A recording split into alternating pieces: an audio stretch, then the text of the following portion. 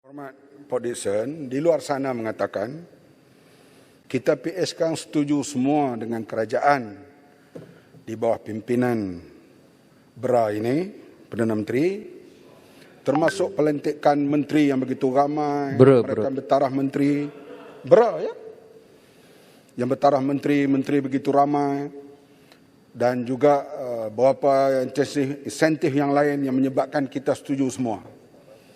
Betulkah itu Ketua Pembangkang yang menyebabkan kita setuju semua dengan apa yang dibuat oleh kerajaan sekarang dengan yang dikemukakan kepada rakyat, kononnya Pakatan Harapan seolah-olah sudah tidak jadi pembangkang dan bersetuju semua, menteri ramai pun tak apa, world record dalam menteri ramai, taraf menteri ramai pun tak apa, kerana kita ni nak kepada kesejahteraan, maka kita setuju semua dengan kehendak mereka. Betulkah itu Ketua Pembangkang? Terima kasih Ketua Raja. Ini sebenarnya kerana mereka tak baca lagi memorandum itu. Memorandum persefahaman baru diedar secara terbuka hari ini, walaupun kita telah maklum ya, perbincangan kami mulakan di kalangan pimpinan, kemudian jawatankuasa khas didawakili 5 menteri dan 5 ketua-ketua parti dari PH dan berterusan berbincang, tetapi yang kita jelaskan hal yang kita tidak bersetuju, ada yang kita bersetuju, penyalahgunaan kuasa, penyelewengan, rasuah akan kita bangkitkan dan banyak hal yang kita bantah. Jadi saya rasa penjelasan Ketua Raja itu penting kerana dalam dokumen ini pun kita tegaskan tajuk peranan pembangkang dalam kerajaan. Yang Berhormat Tidak berubah. Dalam mukadimah yang satu perkara yang harus diingat ya, ahli parlimen baik dari pembangkang atau dari kerajaan. Isu-isu pokok atau asas yang dimasukkan di sini, sebahagian kecil telah disebut oleh kerajaan, tetapi sebahagian besarnya adalah input kita. Ini kena jelas. Saya ucap terima kasih kerana akhirnya diterima. Yang pertama disebut di sini kerjasama pendekatan baru. Dan ini saya akui boleh berlaku kerana sikap positif Perdana Menteri. Ya. Kalau tidak, tentu ada kesukaran. Yang kedua, ada nasihat daripada Duli-Duli Yang Maha Mulia Raja Melayu tentang pentadbiran yang stabil. Tapi tentunya pentadbiran stabil itu stabil untuk apa? Untuk perintah dengan baik. Ya, macam orang sekarang kita mesti bersatu. Filem Alibaba 40 penyamun pun begitu juga. 40 penyamun bersatu untuk merompak ke, bersatu untuk tolong rakyat. Jadi sebab itu kita harus qualify matlamat bersatu itu untuk apa? Bukan saya maksud parti bersatu, tak. Saya kata bersatu perpaduan. Kemudian penumpuan isu kesihatan khususnya wabak COVID-19 dan ekonomi, tumpuan sepenuhnya perlu diberikan oleh kerajaan dan Pakatan Harapan kepada kestabilan politik pentadbiran negara, usaha membendung COVID-19, pemulihan ekonomi, lanskap politik yang baru, transformasi dan pembaharuan. Kerana ada fobia, dia takut dengan istilah reformasi, maka banyak istilah-istilah reformasi itu ditukar sebagai pembaharuan. Dan kita tolak ansur.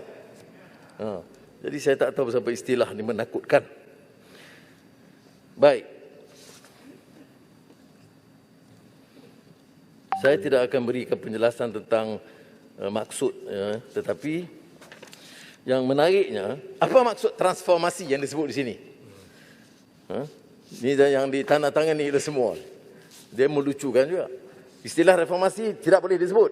Tetapi maksud transformasi artinya semua reformasi, perubahan, penambahbaikan. Ini maksud dia. Alhamdulillah. Baik. Tempoh masa dia terpakai sehingga pembubaran parlimen. Dan kerajaan bersetuju tidak akan mengusulkan pembubaran parlimen sebelum 31 Julai 2022. Kerajaan akan melaksanakan tiap satu yang dicadangkan, transformasi yang dicadangkan dalam aturan masa dijelaskan. Ini juga harus kita teliti. Ya. Umpamanya undi 18. Sekadar kerajaan mengatakan kami setuju, kami tidak terima. Sebab ini perkara yang diputuskan sejak 2019. Sekarang dah 2021. Maknanya kelemahan pentadbiran kerajaan dan kelemahan SPR. Apa nak dolak dalik dah? Kita dah putuskan, Parlimen dah putuskan, semua parti memutuskan. Jadi sebab itu di sini kita letakkan tarikh pelaksanaannya. Soal belanjawan 2022. Ada yang menganggap bahawa dengan memorandum ini kita wajib menyokong. Tidak benar. Kalau kita baca memorandum ini disebut, kita boleh mengambil pendirian menyokong atau berkecuali bagi undi belanjawan 2022 selepas proses penggubalan rang undang-undang tersebut dirundingi dan dipersetujui. Nah, ini kita kena jelas ya. Maknanya tanggungjawab menteri dan tanggungjawab pembangkang mengambil sikap terbuka, bersedia duduk berunding. Jangan umpamanya seperti mana pernah berlaku oleh Menteri Kewangan, dia panggil, ada perbincangan, kemudian dia longgok dalam belanjawan, dia anggap kita sudah setuju dan terima. No. Kalau nak ada kerjasama untuk kita menyokong terkecuali, mesti ada proses rundingan dan kita bersetuju perkara asas. Tentulah perkara kecil itu ada perbezaan pendapat. Begitu juga tentang usul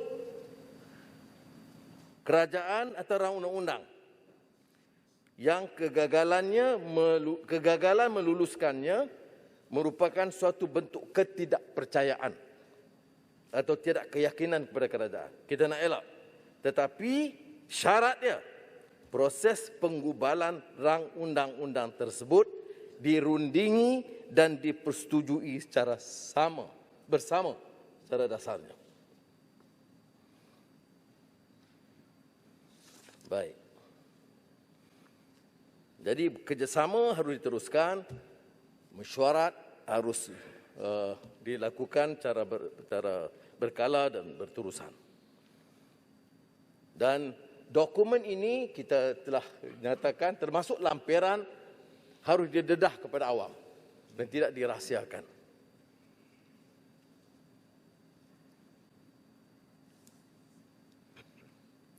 Baik. Satu perkara yang ditekankan di sini yang disebut pengusi supaya mengelakkan pandangan seperti yang dibangkitkan oleh YB Kota Raja adalah kerajaan dan Pakatan Harapan bersetuju bahawa apa perkara sekalipun yang terkandung di dalam memorandum persefahaman ini yang akan memberi kesan terhadap peranan, hak dan tanggungjawab Pakatan Harapan untuk menyemak imbang, mengawasi, meneliti, memastikan kerajaan bertanggungjawab terhadap Parlimen, termasuk memastikan ketelusan, integriti dan keberkesanan kerajaan dalam mengendalikan isu-isu rakyat. Ini di bawah tajuk tugas dan peranan Pakatan Harapan sebagai pembangkang.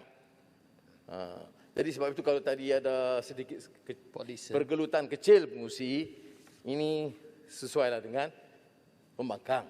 Sebab kalau tak bunyi apa-apa, orang ingat kita pun dah bertukar dah. Pak Dyson, boleh saya... Tapi yang saya boleh jamin adalah bentuk kerjasama dan perundingan. Dia ada lampiran. Boleh, Pasir Mas. Boleh.